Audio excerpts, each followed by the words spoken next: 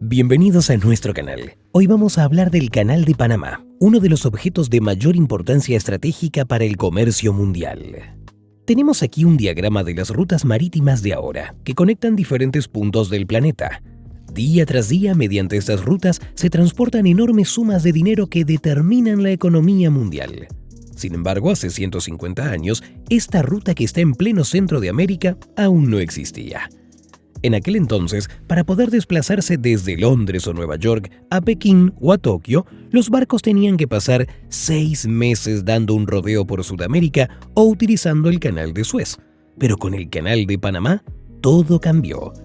Se necesitaron 40 años para crear esta ruta a través del continente americano, y lo curioso es que el Canal de Suez, que tiene el doble de largo, se cavó en el desierto en solo 11 años. Durante ese tiempo, el Canal de Panamá no solo se convirtió en un gran logro de ingeniería, sino también en la mayor estafa financiera de Francia, porque provocó la división de Colombia en 2 países. ¿Cómo lograron crear una obra de ingeniería tan extraordinaria? ¿Y cuál es el papel del Canal de Panamá hoy en día en la economía de uno de los países más ricos de América Latina y en la del mundo entero? Prepárense para conocer una historia espectacular de una lucha por la dominación global cuyos efectos se perciben hasta ahora. El 3 de agosto de 1492, 3 veleros salen de un puerto español y se dirigen hacia el Océano Atlántico en busca de la ruta más corta a la India que abriría a Europa el acceso a las inmensas riquezas de Oriente. 2 meses y medio después, los marineros, que no se esperaban nada de eso, desembarcan en las Bahamas y pronto hacen un descubrimiento importante para el viejo mundo. Otro continente más, América. Después de un tiempo, Francisco Pizarro, uno de los conquistadores españoles, se adentra en Sudamérica y descubre su tesoro, el Imperio Inca. Lo que hace es capturar a su líder, exigirle a la población que le pague si quiere rescatarlo, pero a pesar de recibir lo pedido, lo ejecuta y toma la capital de los incas, la ciudad de Cusco.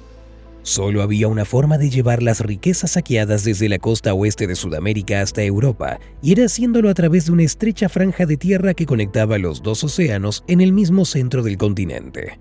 Los europeos aún no sabían de la existencia del Cabo de Hornos, situado en el extremo sur de América. Mientras tanto, en el mismo centro del continente, los colonizadores ya tuvieron tiempo para fundar la pequeña ciudad de Panamá, desde donde se enviaba oro y plata a Europa mediante unos barcos gigantes que cruzaban el Océano Atlántico. Luego se les ocurrió una idea aún más ambiciosa: cavar un canal entre los 2 océanos. Pero por supuesto que en aquel momento no existían ni la tecnología ni los recursos financieros para realizar un proyecto así.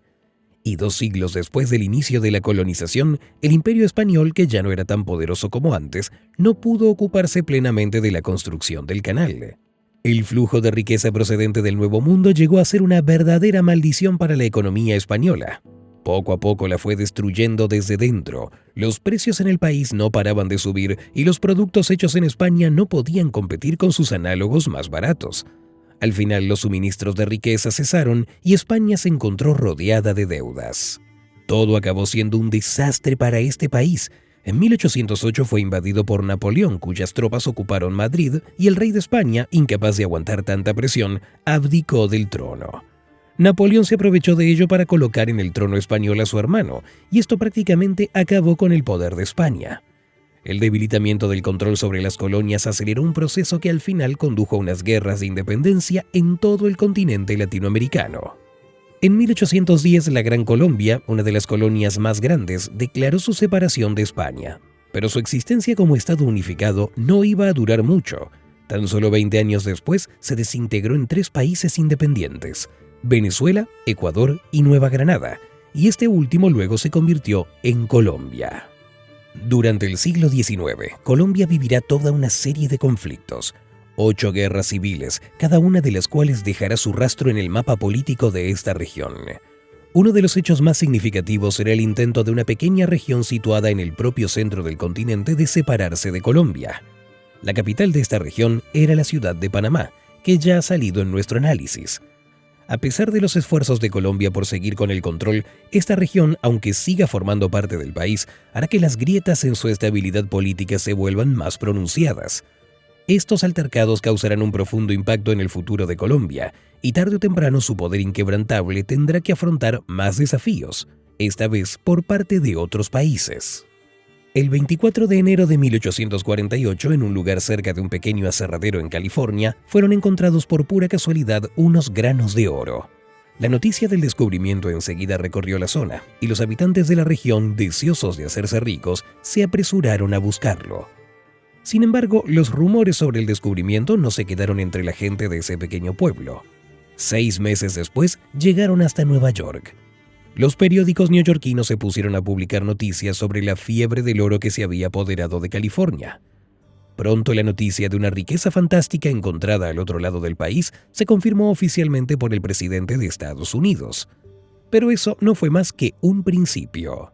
El oro no solo atrajo a los estadounidenses de la costa este, sino a más gente. Cientos de miles de europeos vieron en ello una oportunidad para empezar a vivir mejor y cruzaron el Atlántico en dirección al salvaje oeste.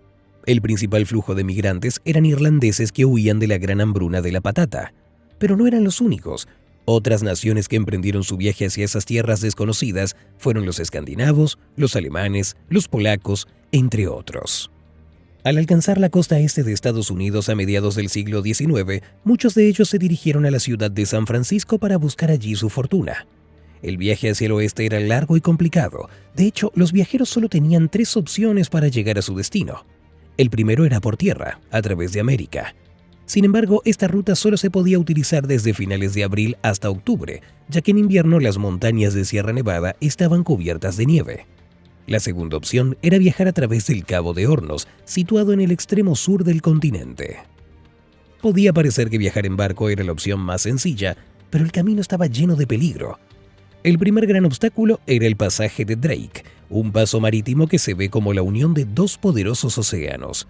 La corriente del Ártico, al no encontrar obstáculos en su camino, podía empujar los barcos más adentro, donde les esperaban unas tormentas terribles.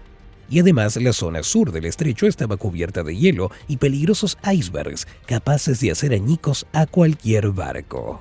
La tercera ruta, que iba a través de Centroamérica, parecía mucho más segura. Los colonos viajaron en barco de vapor hasta la costa este de Panamá, luego cruzaron el país y continuaron navegando hasta California. Esta ruta resultó ser no solo la más rápida, sino también la más cómoda. Para poder recorrerla más rápido todavía, Estados Unidos firmó un importante acuerdo con Colombia para la construcción de un ferrocarril que conectaría los 2 océanos. Cuando en 1855 se inauguró el ferrocarril, los tiempos de viaje se redujeron muchísimo, y luego el trayecto a través de Panamá ya solo les tomaba a los viajeros unas pocas horas en lugar de días y semanas que se gastaban en ello antes. Pero a pesar de que fue un gran avance, el ferrocarril no pudo resolver todos los problemas. Todavía era necesario descargar las mercancías del barco para cargarlas en el tren, y luego repetir el mismo proceso en el otro extremo de la ruta, al llegar a la costa oeste. Mientras los estadounidenses seguían pensando qué camino era el mejor, los franceses ya se habían puesto a resolver el mismo problema al otro lado del mundo. En 1869 se completó la construcción del Canal de Suez, que conecta el Mar Rojo con el Mediterráneo, y esto simplificó muchísimo el comercio entre Europa y Asia. El proyecto fue dirigido por el francés Ferdinand de Lesseps, quien de la noche a la mañana no solo se volvió más rico que nunca, sino que también conocido en todo el mundo. Mientras tanto, los franceses que no habían invertido en acciones del Canal de Suez durante la fase de construcción se arrepintieron de haber perdido esa maravillosa oportunidad. Justo durante la ola de su éxito, Lesseps supo que existía un problema parecido en otro continente, y entonces decidió que era hora de ir en persona a Panamá para valorar la situación. Al acudir al lugar en cuestión, descubrió un paisaje aún más favorable para la construcción de un canal. Los 2 océanos se veían perfectamente desde las montañas, y la excavación solo iba a ser la mitad de larga que en Egipto. Al final, mientras Estados Unidos todavía discutía sobre dónde se podría construir el canal, si en Nicaragua o en Panamá, y si iba a salir rentable o no, los franceses no perdieron el tiempo. Tras recibir una concesión de Colombia para empezar la construcción, Lesseps fundó una sociedad anónima y comenzó una activa campaña publicitaria. Y es que para llevar a cabo un proyecto tan ambicioso y tener éxito era necesario reunir una cantidad de dinero bestial, 1.000 millones de francos, lo que equivalía aproximadamente a 1/3 del presupuesto anual de toda Francia. Los anuncios sobre ese gran proyecto no tardaron en difundirse por las calles de las ciudades de Francia, y el propio Ferdinand viajó por Europa dando conferencias y asegurando a todo el mundo que el Canal de Panamá tendría el mismo éxito que el Canal de Suez.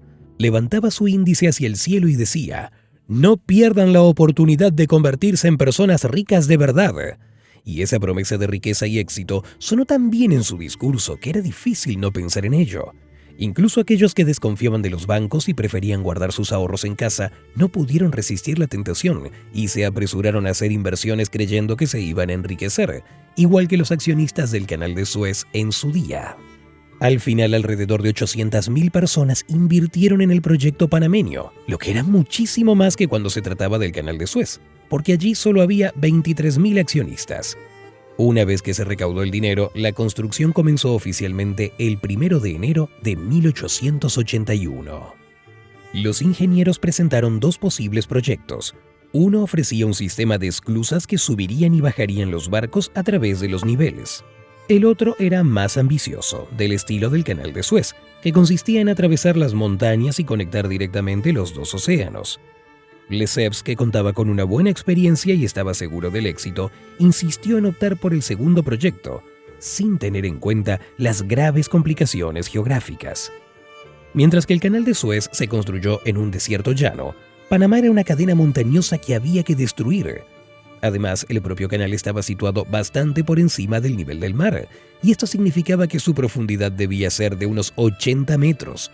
Todo apuntaba a que saldrían más problemas y que serían mucho más complejos. Lo que empeoró la situación fueron las enfermedades tropicales. Poco a poco fueron acabando con todas las esperanzas de que la construcción se completaría con éxito. Los empleados morían uno tras otro.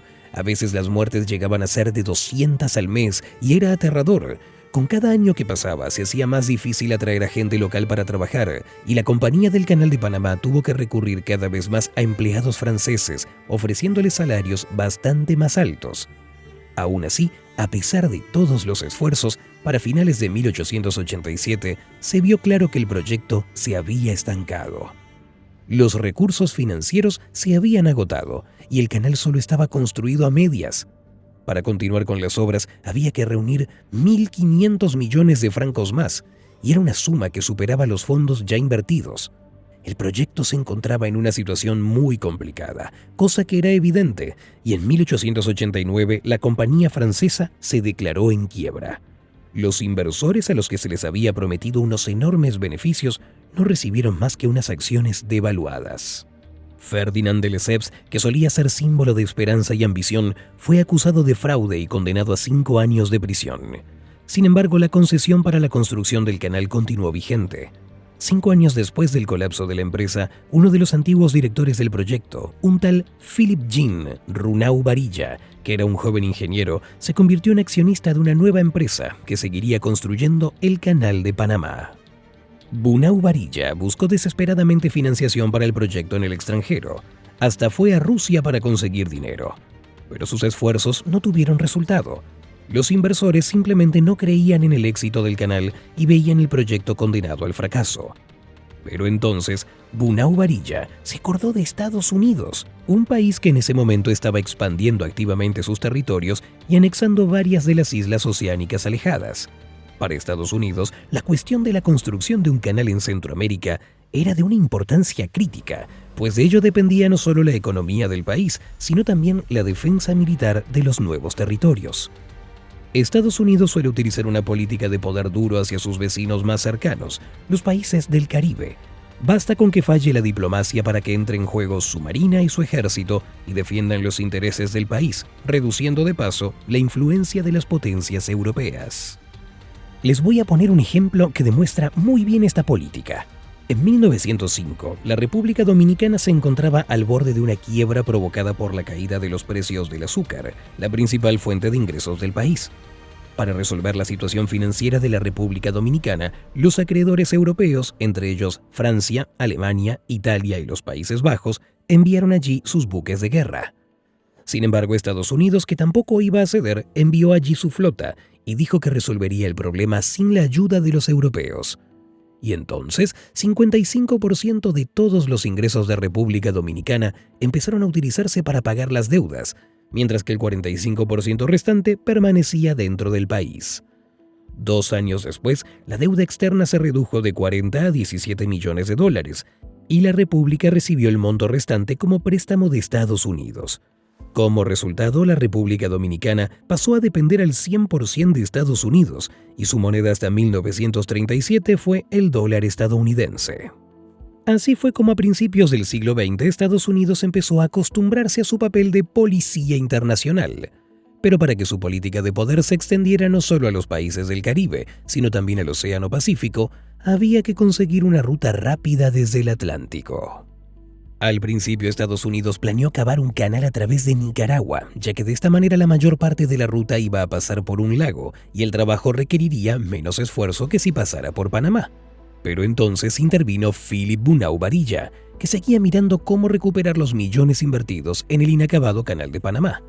Para convencer a los congresistas de que el canal debía construirse en Panamá y no en Nicaragua, encontró un buen argumento: los volcanes.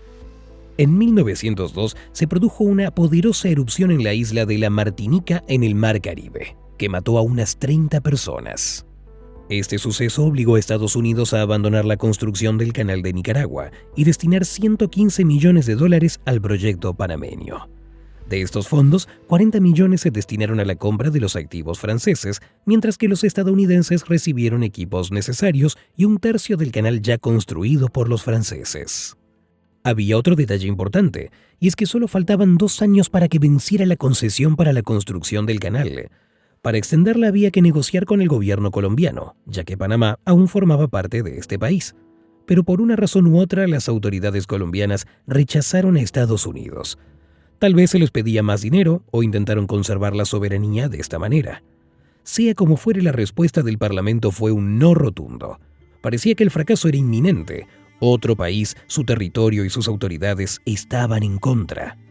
Pero ¿recuerdan aquella vieja grieta que apareció medio siglo antes de esto cuando Panamá intentó separarse de Colombia? Ese deseo de independencia seguía ahí, y el gobierno de Estados Unidos lo sabía bien.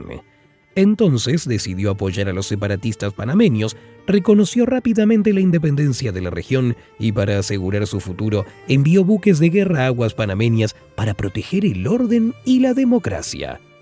Como resultado, Panamá se independizó y Estados Unidos firmó un acuerdo de arrendamiento perpetuo con su gobierno, que le ofreció sus tierras para construir un canal.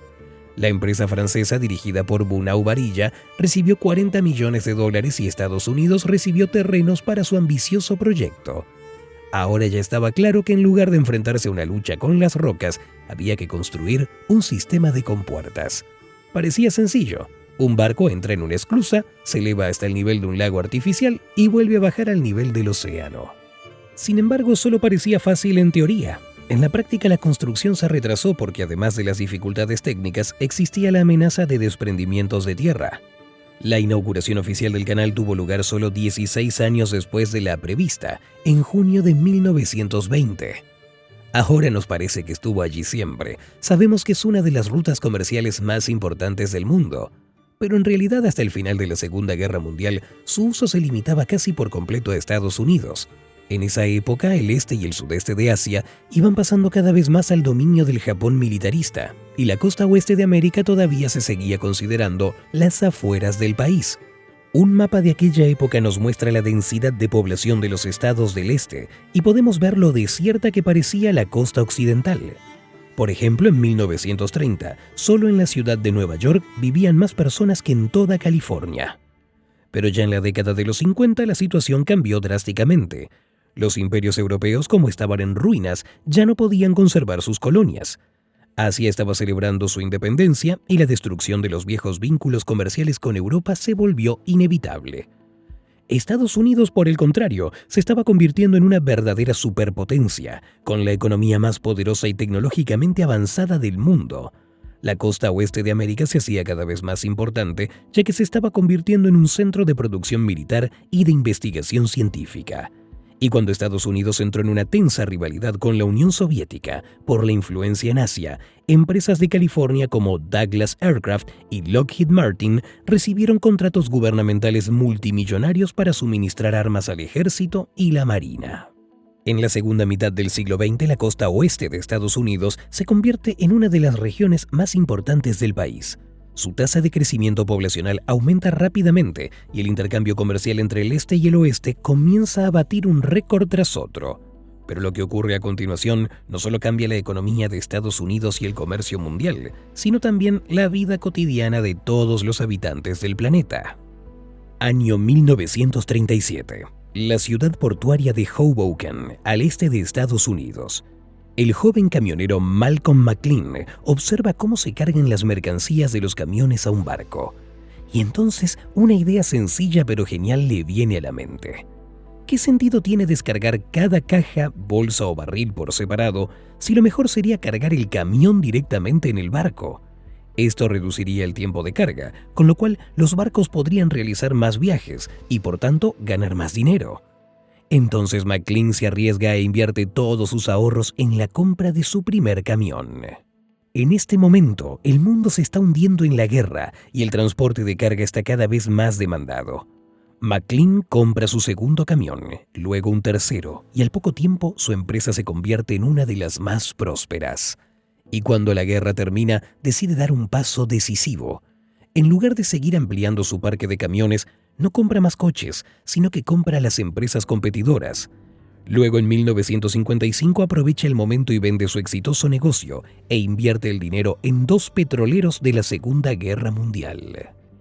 Un año después, en presencia de muchos funcionarios de alto rango, la compañía de McLean carga con éxito 58 contenedores en el barco.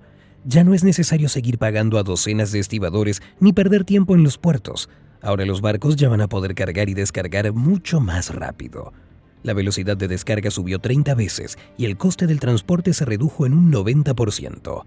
Y por supuesto que gracias a la idea de transportar contenedores, el tráfico en el Canal de Panamá aumentó significativamente, y esto enseguida se reflejó en las estadísticas oficiales. Pero a pesar de todos los cambios, ya no eran las autoridades locales las que se quedaban las ganancias del canal, sino Estados Unidos, que según el acuerdo tenía que pagarle a Panamá una cantidad fija de $250,000 al año. No obstante, estas circunstancias tampoco fueron motivo de alegría para los panameños, y al poco tiempo el Canal de Panamá se convirtió en causa de mucha tensión política. En 1968 el país vivió un golpe de Estado, y al final fueron los militares dirigidos por el coronel Omar Torrijos los que llegaron al poder. Casi inmediatamente después, Torrijos anunció su intención de nacionalizar el Canal de Panamá, tomando exactamente la misma medida que el presidente egipcio adoptó unos años antes con el Canal de Suez. Declaraciones como estas solo podían causar descontento en Washington. Estados Unidos intentó provocar otro golpe de Estado en Panamá para instalar allí a más militares leales en el poder. Sin embargo, Torrijos no solo logró mantenerse a cargo del país, sino también presentar una denuncia ante la ONU. Su idea recibió apoyo y entonces impulsó una resolución para nacionalizar el Canal de Panamá que Estados Unidos vetó. Sin embargo, ya se hacía cada vez más evidente que la situación había llegado a un callejón sin salida. Por supuesto que Estados Unidos podía continuar con su política, pero acabaría causando descontento entre más países latinoamericanos y al final perdería el control sobre la región, sobre todo porque justo al lado estaba Cuba, un país comunista. Y entonces en 1977 el presidente Jimmy Carter firmó un acuerdo con Panamá en el que Estados Unidos se comprometió a otorgarle el control total del canal a este país para el año 2000. Cuando finalmente se hizo la entrega del canal a Panamá, esto cambió la economía de Panamá de una manera bestial, porque comenzó a recibir hasta el 40% de su PBI de esta instalación de importancia estratégica. Para entender lo importante que era el Canal de Panamá para la economía mundial, basta mencionar que los tamaños máximos de los barcos que pueden pasar por sus esclusas se convirtieron en el estándar oficial para la construcción naval. Esta norma se llama Post-Panamax y hoy en día muchos barcos vienen diseñados para poder atravesar el Canal de Panamá. En la actualidad, el 40% del tráfico de contenedores estadounidenses y el 6% de todo el comercio mundial pasa por este canal, y es que el canal conecta aproximadamente 2.000 puertos en 170 países y a los buques de guerra estadounidenses les reduce el tiempo de viaje desde el Pacífico hasta el Atlántico en 20 días, comparando con un viaje a través del Cabo de Hornos. Esta vía fluvial hace que el Canal de Panamá sea un tramo de tierra entre dos océanos que tiene mucha importancia estratégica, y no solo para Estados Unidos, sino para el mundo entero. En diciembre del 2024, el presidente electo de Estados Unidos, Donald Trump, encontró una nueva razón para impactar al mundo entero. Dijo que Estados Unidos podía recuperar el Canal de Panamá. El jefe de la Casa Blanca nombró 2 razones para esta medida tan extraordinaria.